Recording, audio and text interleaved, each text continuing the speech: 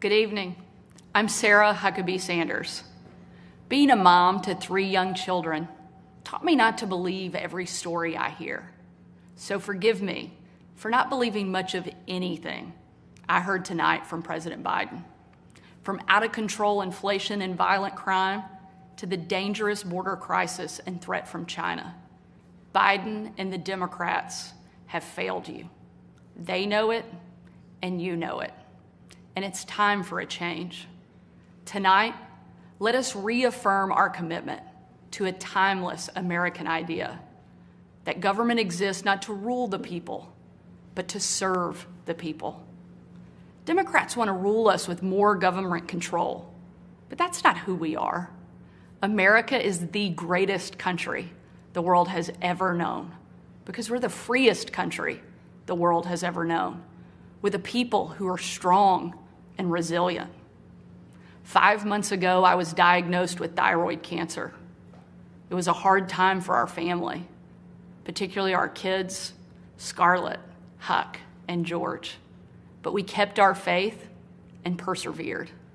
Thanks to exceptional doctors here in Arkansas, a successful surgery, and the grace of God, I am cancer-free. Through it all, I couldn't help but think about my mom. She was 20 years old and in her first year of marriage when she was diagnosed with spinal cancer. The doctors told her she might not live, and if she did live, they said she'd never walk again. And if she did walk, she'd definitely never have children. The daughter she was told she'd never have was just sworn in as the new governor of Arkansas and is speaking to you tonight. Adversity and fear of the unknown can paralyze us, but faith propels us to charge boldly ahead. We can't stand still in the face of great challenges. You and I were put on this earth for such a time as this, to charge boldly ahead. I'll be the first to admit, President Biden and I don't have a lot in common. I'm for freedom, he's for government control. At 40, I'm the youngest governor in the country. And at 80, he's the oldest president in American history. I'm the first woman to lead my state.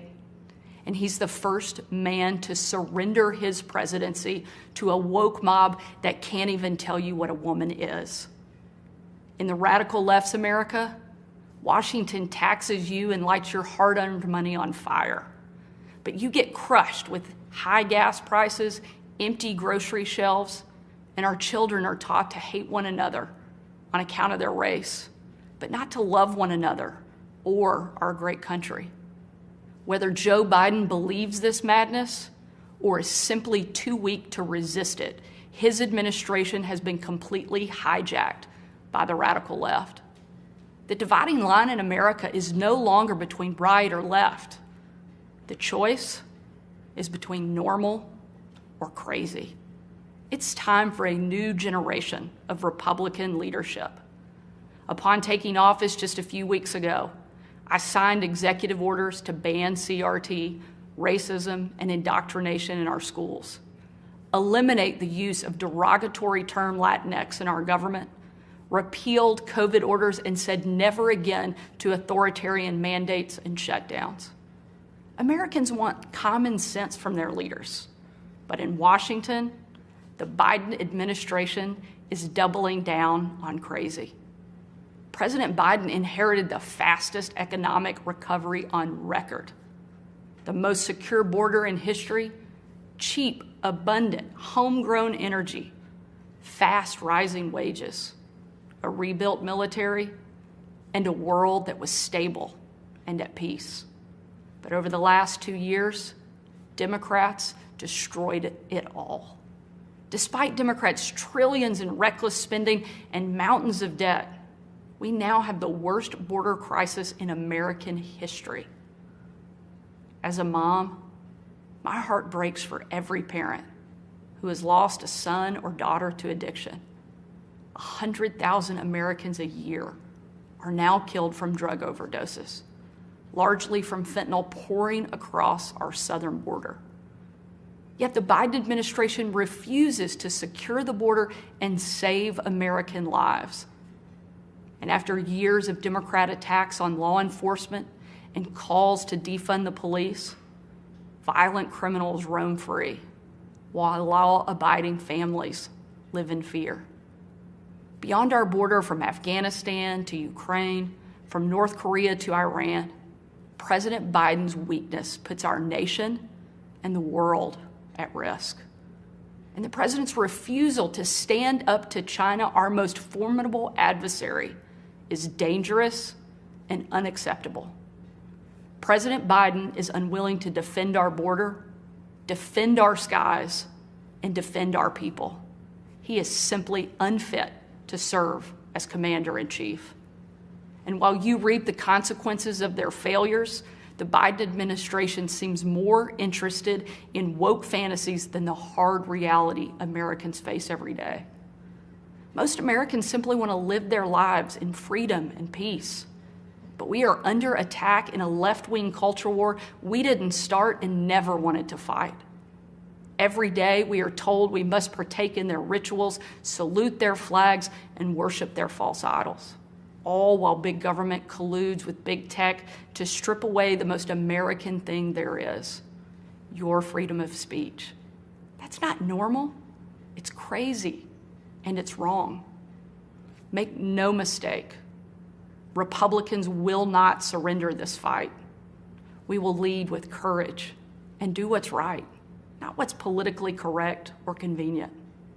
Republicans believe in an America where strong families thrive in safe communities, where jobs are abundant and paychecks are rising, where the freedom our veterans shed their blood to defend is the birthright of every man, woman, and child.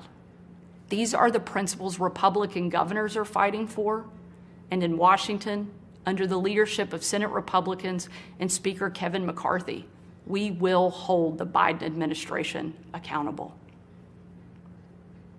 Down the street from where I sit is my alma mater, Little Rock Central High. As a student there, I will never forget watching my dad, Governor Mike Huckabee, and President Bill Clinton hold the doors open to the Little Rock Nine. Doors that 40 years earlier had been closed to them because they were Black.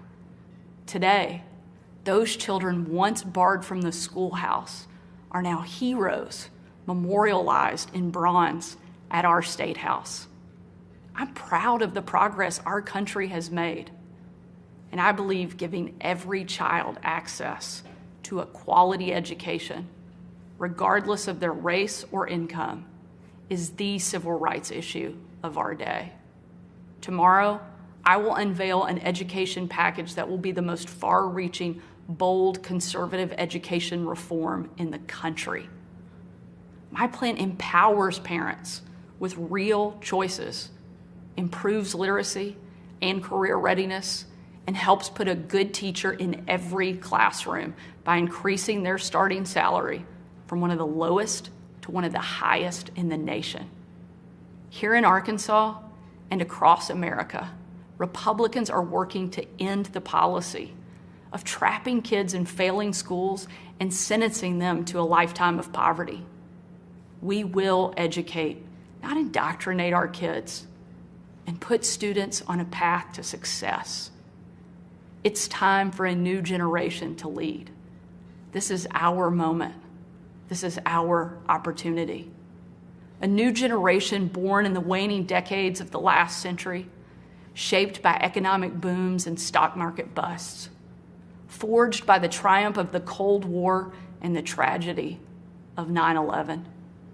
A generation brimming with passion and new ideas to solve age-old problems. A generation moored to our deepest values and oldest traditions, yet unafraid to challenge the present order and find a better way forward. If we seize this moment together, America can once again be the land of the free and the home of the brave. During my 2.5 years at the White House, I traveled on every foreign trip with the president. A trip I will never forget was on December 25th of 2018. My husband Brian and I had just cleaned up wrapping paper that was shoved into every corner of our house, thanks to our 3 kids. When I had to walk out on my own family's Christmas, unable to tell them where I was going that night, because the place I'd be traveling was so dangerous, they didn't want anybody to know that the president was going to be on the ground, even for a few hours. We boarded Air Force One in complete and total darkness. There were no lights on the plane, no lights on the runway. Our phones and computers shut down and turned in. We were going completely off the grid. Nearly 12 hours later, in the pitch black of night, we landed in the war-torn part of Western Iraq. It was again a similar scene. No lights on the plane, no lights on the runway. The only thing you could see was coming from about a mile away in a dining hall where hundreds of troops who were in the fight against ISIS had gathered expecting to celebrate Christmas with senior military leadership from around the region. They had absolutely no idea that the president and first lady were about to walk into that room. And when they did, it was a sight and a scene and a sound I hope I never forget. The room erupted. Men and women from every race, religion, and region, every political party, every demographic you can imagine, started chanting in perfect unison over and over and over again, USA, USA, USA. It was an absolutely perfect picture of what makes our country great. One of the young soldiers yelled from the back, "Mr. President, I re-enlisted in the military because of you." And the president said, "And son, I'm here because of you." Shortly after, that young soldier came up to me. He said, "Sarah, you have a tough job." I told him, "What I do is nothing. You take bombs and bullets. That's a tough job." And in a moment that I know I'll cherish for the rest of my life, that soldier reached up and he pulled the Brave Rifles patch he wore on his shoulder, and he placed it into my hand, a sign of ultimate respect. And he said, "Sarah, we are in this together." Overwhelmed with emotion and speechless, I just hugged him with tears in my eyes and a grateful heart for our heroes who keep us free.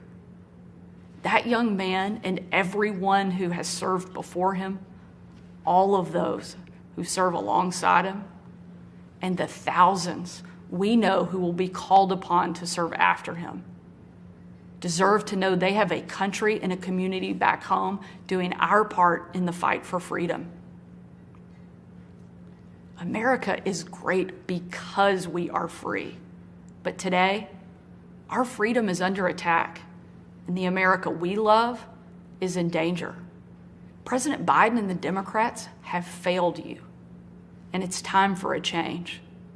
A new generation of Republican leaders are stepping up, not to be caretakers of the status quo, but to be change makers for the American people.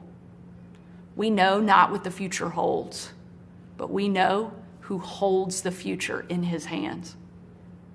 And with God as our witness, we will show the world that America is still the place where freedom reigns and liberty will never die.